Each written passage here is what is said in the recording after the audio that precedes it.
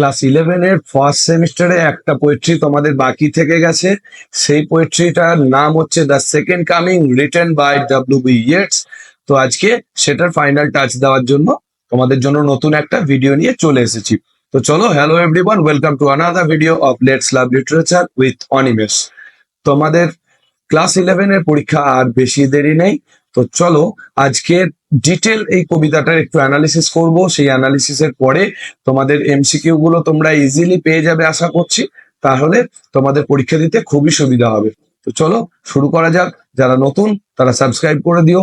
তাহলে প্রথমেই আমরা জেনে নিই এই ডব্লিউ.বি. ইয়েটস কে ছিলেন। ভালো করে দেখো, ডব্লিউ.বি. ইয়েটস ওনার জন্ম আয়ারল্যান্ডে 13ই জুন 1865 সালে। পুরো নাম ওনার উইলিয়াম বাটলার ইয়েটস। ওকে, তাহলে পুরো নামটা আমরা দেখতে পেলাম, তোমরাও স্ক্রিনে দেখতে পাচ্ছ, উইলিয়াম বাটলার ইয়েটস। তো উনি একজন আইরিশ পেন্টার। ওনার বাবা খুব ফেমাস একজন আইরিশ পেন্টার ছিলেন। বাবার নাম ছিল জন বাটলার ইয়েটস। ঠিক আছে, তো ওনার ছোটবেলাটা কেটেছে কোথায়? কাউন্টি সিলগো বলে একটা জায়গাতে। সেখান থেকে উনি লন্ডন চলে এসেছিলেন। উনি লন্ডন থেকে হি রিটার্ন টু ডাবলিন, আবার ফিরে গিয়েছিলেন আয়ারল্যান্ডে। আয়ারল্যান্ডে ফিরেছিলেন এডুকেশনের জন্য। কি নিয়ে এডুকেশন? না, ওনার যেটা টার্গেট ছিল যে উনি পেন্টিং নিয়ে পড়াশোনা করবেন। তো পেন্টিং নিয়ে পড়াশোনা করতে গিয়ে উনি খুব বুঝতে পারলেন যে না, পেন্টিং আমার দ্বারা হবে না। উনি কি করলেন? তখন প্রেফার্ড পোয়েট্রি, উনি পোয়েট্রি লেখা শুরু করলেন।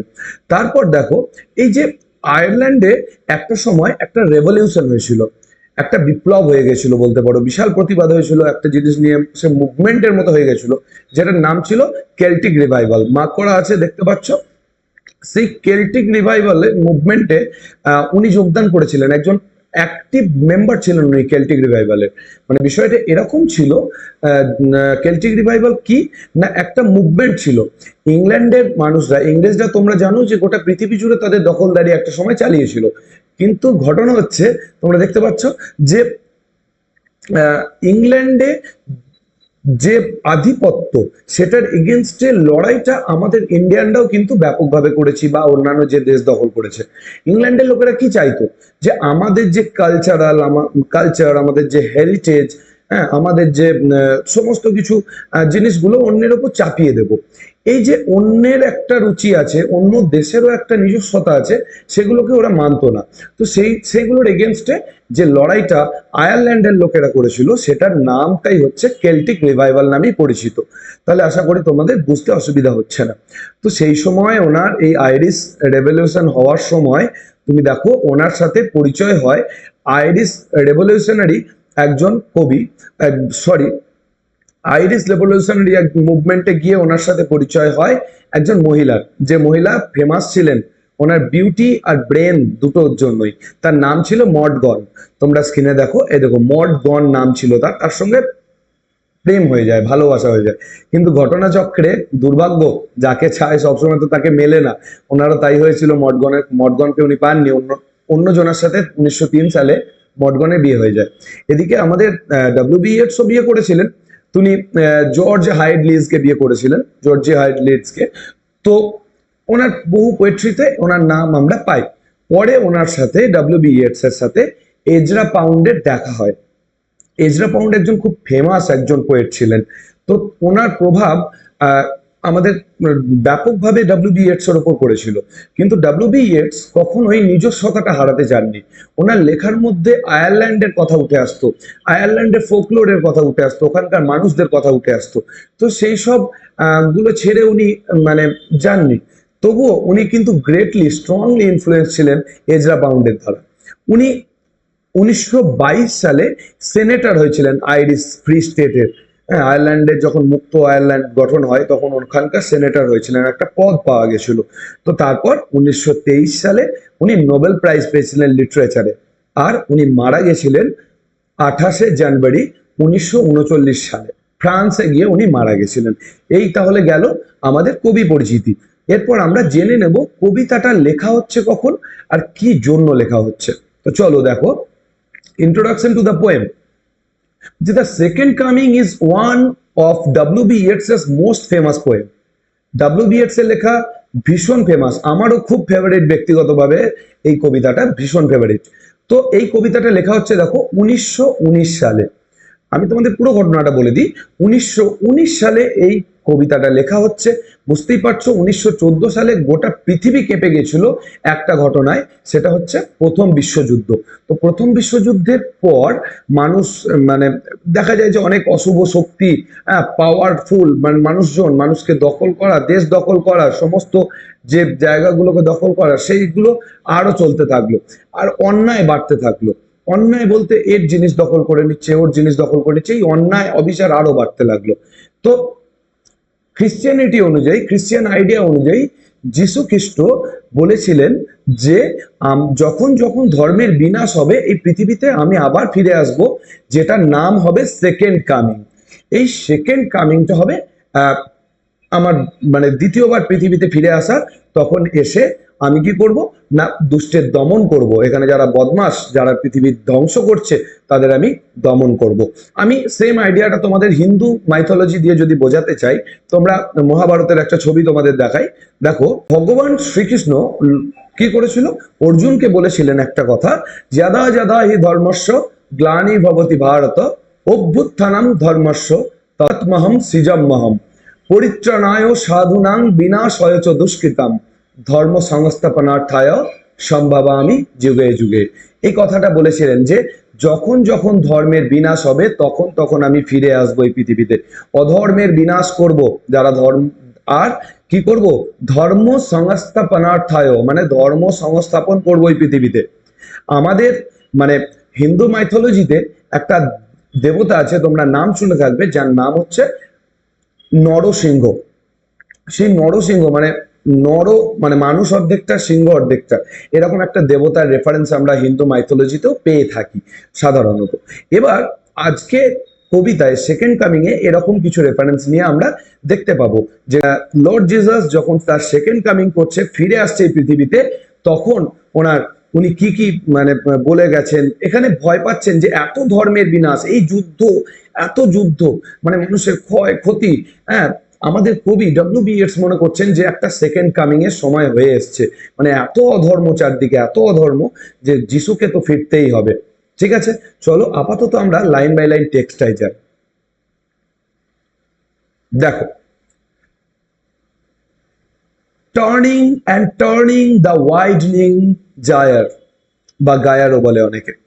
তো টার্নিং অ্যান্ড টার্নিং, এই যে তোমরা এই ছবিটায় দেখো, এই দেখো এই ছবিটা, সেকেন্ড ছবিটাতে তোমরা দেখতে পাবে যে একটা যে ঘূর্ণি টর্নেডোর মতো, দেখো পাক খেতে খেতে মানে স্প্রিং এর মতো। গায়ার কথাটা মানে হচ্ছে এরকম এরকম পাক খেয়ে খেয়ে ওঠা একটা ঢেউ, ঝড়। বলছে ঘুরতে ঘুরতে একটা বিশাল, দেখো নিচের দিকটা সরু, ওপরে যখন উঠছে এটা চওড়া হয়ে যাচ্ছে, মানে এরকম একটা বিশাল ঝড় আসতে চলেছে, বিশাল ঝড় আসতে চলেছে। The Falcon can not here the ফ্যালকনার। Falcon মানে বাজ পাখি। তুমি দেখবে অনেক দেশে অনেকে অনেক জায়গাতেই বাজ পাখি পোষে, চিল পোষে, মানে হাতের মধ্যে দিয়ে দেখবে ঘোরে তারা। তো সেই বাজ পাখিটা যখন উড়িয়ে দেয় মালিক, কি করে, সে উড়ে যায়, আবার যখন ডেকে নেয় সে হাতে এসে চুপচাপ বসে যায়। এখানে ফ্যালকন যদি বলা হয়, এখানে অনেকগুলো ইমেজ আছে, অনেকগুলো সিম্বল আছে। এখানে ফ্যালকন বলতে পারো মানুষদেরকে বোঝাচ্ছে, পৃথিবীর মানুষদেরকে। আর ফ্যালকনার মানে মালিক, যে বাজ পাখির মালিক হচ্ছে সেই ভগবান জিসাস, লর্ড জিসাস। তো সেটাই বলছে যে একটা বিশাল ঝড় আসছে, কারণ এখন বাজ পাখি তার মালিকের কথা শুনছে না।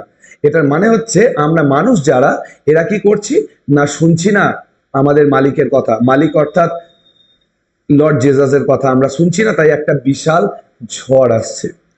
থিংস ফল অ্যাপার্ট, একদম ছড়িয়ে ছিটিয়ে গেছে সব, ছিন্ন বিচ্ছিন্ন এদিক ওদিক।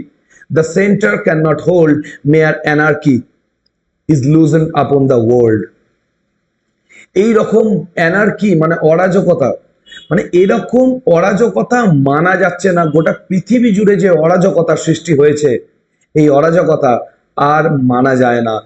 The blood dimmed tide is loosed and everywhere the ceremony of innocence is drowned. রক্তের বন্যা বইছে গোটা পৃথিবী জুড়ে, গোটা পৃথিবী জুড়ে রক্তের বন্যা বইছে প্রত্যেকটা জায়গায়। পৃথিবীতে যেন লুজ হয়ে গেছে। হ্যাঁ, ceremony of innocence is drowned, মানে সেই নিরীহ যারা, তারা ডুবে যাচ্ছে, শেষ হয়ে যাচ্ছে, মানে নিরীহ অবস্থাটা, মানুষ নিরীহ নেই আর, মানুষ আর নিরীহ নেই, মানুষ শেষ হয়ে যাচ্ছে। The best lack of all conviction while the worst are full of passionate intensity। তোমরা বুঝতে পারবে যে এটা, আমি যদি বর্তমান পরিস্থিতি দিয়ে বিচার করি, একদল মানুষ আছে দেখবে যারা খুব ভালো সাজে সমাজের আমরা উপকার করব, যেমন নেতাগুলো, এক কথায় বলতে গেলে রাজনৈতিক নেতাগুলো, আমরা জনগণের সেবা করতে চাই, আমরা মানুষের ভালো করতে চাই, কিন্তু দেখা যাবে তার ক্রিমিনাল ব্যাকগ্রাউন্ড আছে, খুঁজে দেখলে দেখা যাবে সে 5টা খুন করে এসছে, দিয়ে এসে জনসেবা করছে সে হাত ধুয়ে নিয়ে, তাই না? মানে দেখো, যারা সত্যি বদমাস, যারা সত্যিকারের বদমাস, তাদের মধ্যে কি হচ্ছে না, তারা ভালো সাজছে, আর যারা সত্যি ভালো মানুষ তারা ডুবে যাচ্ছে, সরে যাচ্ছে। বেস্ট ল্যাক অফ কনভিকশন, মানে এখানে, মানে যারা ভালো মানুষ তাদের একটা অভাব বোধ করছে এই পৃথিবী। তুমি খেয়াল করে দেখবে যে একটা মানুষ যে সত্যি ভালো, এইসব ঝুট ঝামেলাতে থাকতে চায় না, সাথে পাচে থাকতে চায় না, সেই মানুষটা কি করে না, এসব থেকে দূরে সরে যায়, এসব থেকে দূরে সরে যেতে চায়, যে না ভাই, রাজনীতিতে গিয়ে আর নোংরামো করতে পারবো না, এত মিথ্যে কথা বলতে পারবো না মানুষকে, তারা রাজনীতি থেকে সরে যায়। মানে এটা বলতে চাইছে পৃথিবীর অবস্থা এমন, যারা বদমাস তাদের হাতে গ্রিপে চলে যাচ্ছে পৃথিবীটা, বোঝা গেল? যারা বদমাস তাদের হাতে এই পৃথিবী চলে যাচ্ছে, যারা ভালো মানুষ তাদের হাতে আর এই পৃথিবী থাকছে না। তারা যারা খারাপ, ফুল অফ প্যাশনেট ইন্টেন্সিটি, তাদের যেন দরদ উতলে পড়ছে এই পৃথিবীর জন্য, যারা খারাপ, একদম পুরো রাজনৈতিক নেতাদের মতো অবস্থা। ঠিক আছে, তাহলে ফার্স্ট স্ট্যান্জা আশা করি তোমাদের ক্লিয়ার হয়ে গেছে। সেকেন্ড স্ট্যান্জা দেখো, surely some revelation is at hand, surely second coming is at hand. বলছে কিছু তো পরিবর্তন হতে চলেছে, হয়তো নিশ্চিতভাবে, সিওরলি, সিওরলি নিশ্চিতভাবে সেকেন্ড কামিং এবার হবেই। এত পরিবর্তন, মানুষ এত ধান্দাবাজি, এত অত্যাচার মানুষের, এত যে মানুষের অন্যায়, এবার তো সেকেন্ড কামিং হতেই হবে, সময় তো হয়ে গেছে। তারপর বলছে দ্য সেকেন্ড কামিং, বলছে মনে পড়ছে তো, the second coming hardly are those words out when a vast image of spiritus mundi travels my sight। এই যে স্পিরিটাস মান্ডি বা স্পিরিটাস মুন্ডি, এই কথাটার মানে কি? এই কথাটার মানে হচ্ছে যে যখন মানে তুমি দেখতে পাচ্ছ এখানে একটা ছবি দেখা যাচ্ছে, যে এই দেখো একটা সিংহের মতো মুখ, ঠিক আছে, থিংস বলা হয়। মানে তোমরা মিশরে দেখতে পাবে আগেকার, ওখানকার মিশরের যে সমস্ত মানুষজন, তারা কি করতেন না, মিশরে মমি বানাতো, সেই মমিদের পাহারা দেওয়ার জন্য ওরা একটা পাথর কেটে মূর্তি বানিয়েছিল, যেটা থিংস এর মতো দেখতে, মানে অর্ধেক সিংহের মতো মানে বডিটা, আর দেখো মুখটা মানুষের মতো। এটাই তো আমি একটু আগে বলছিলাম, যেটা আমাদের হিন্দু ধর্মেও একটা দেবতা আছে যেটাকে বলা হয় নরসিংহ, সেই নরসিংহের মানে নরসিংহর যে কনসেপ্ট, সেই কনসেপ্টই এখানে দেখা যাচ্ছে। তো এই ভাস্ট ইমেজ অফ বিশাল মূর্তি অফ স্পিরিটাস মুন্ডি এটা কি বলছে? বলছে সেকেন্ড কামিং এ, সেকেন্ড কামিং তো হবেই। ও বলছে ট্রাভেলস মাই সাইট, আমাদের কবি বলছে যে এমন একটা অবস্থার মধ্যে দিয়ে আমরা যাচ্ছি যে একটা সেকেন্ড কামিং হতেই হবে, সেকেন্ড কামিং তো হতেই হবে। কারণ এটা স্পিরিটাস মন্ডি, আমি দেখতে পাচ্ছি, আমি এরকম একটা মূর্তি দেখতে পাচ্ছি, স্বপ্ন, আমার চোখ বুঝতে পারছি না, আমার দৃষ্টিশক্তিকে মানে ট্রাভেল করছে, সমস্যা দিচ্ছে, এমন একটা জিনিস আমি দেখতে পাচ্ছি। Somewhere in sands of the desert, a shape of with lion body and head of a man। আমি দেখতে পাচ্ছি কোন এক মরুভূমির মাঝে বসে আছে সেই মূর্তি, সে আসবে হাফ ম্যান হাফ লায়ন রূপে, দুষ্টের দমন শিষ্টের পালন করতে, মানে মানুষ রূপে শিষ্টের পালন করবে, আর লায়ন রূপে দুষ্টের দমন করবে। সেই দুষ্টের দমন শিষ্টের পালন করতে আসছে কেউ একটা, তো আসছে, সেই স্পিরিটাস মান্ডিটাকে আমি তো দেখতে পাচ্ছি। তারপর বলছে a gaze blank and pitiless as the sun, a gaze blank and pitiless as the sun. ওর যে দৃষ্টিশক্তি, যে ওই থিংস এর মতো, যে বডিটা যার লায়নের মতো, মুখটা যার মানুষের মতো, তার দৃষ্টিশক্তি থেকে যেন পিটিলেস, নির্দয় তার দৃষ্টিশক্তি, ব্ল্যাঙ্ক, মানে একদম, মানে সে তার সহানুভূতি বলে কিছু নেই তার চোখে। সে আসছে, তার চোখ দিয়ে একদম সূর্যের মতো তেজস্বী রশ্মি বেরোচ্ছে, এই যে যেমন ছবিতে দেখা যাচ্ছে, তার চোখ দিয়ে একদম রশ্মি বেরোচ্ছে, সে ধ্বংস করবে এই পৃথিবীটাকে। Is moving it slow thighs, ধীরে ধীরে সে পা বাড়াচ্ছে। তোমরা কখনো সিংহ বা বাঘের শিকার করা যদি দেখো, তাহলে বুঝতে পারবে সে ছুটে গিয়ে নর্মালি গিয়ে ধরে নেয় না। দেখবে শিকারের কাছাকাছি গিয়ে সে একদম আস্তে আস্তে পা বাড়ায়। সেই জন্য বলছে সে স্লো থাইজ, তার ধীরে ধীরে সে পা বাড়াচ্ছে। While at all about it reel shadows in indignant desert bird, তার ছায়া পড়ছে, এই ছায়া পড়ছে, এত বিশাল তার ছায়া, যে ডেজার্ট বার্ডস, একদম যে মরুভূমির পাখিগুলো উড়ছে, এদিক ওদিক উঠছে, ছড়িয়ে ছিটিয়ে তার ছায়ার মধ্যে উড়ে বেড়াচ্ছে। মানে কোনো কিছু একটা যদি ভয়ঙ্কর ঘটনা ঘটে, দেখবে পাখি পাখি সব উঠতে শুরু করে দেয়, সেটা বলতে চাইছে। দ্য ডার্কনেস ড্রপস এগেন, আবার চারদিকটা অন্ধকার হয়ে যাচ্ছে, ফিরে আসছে সে। বাট নাও আই নো, কিন্তু এখন আমি জানি, the 20th century of stony sleep, 20টা শতাব্দী।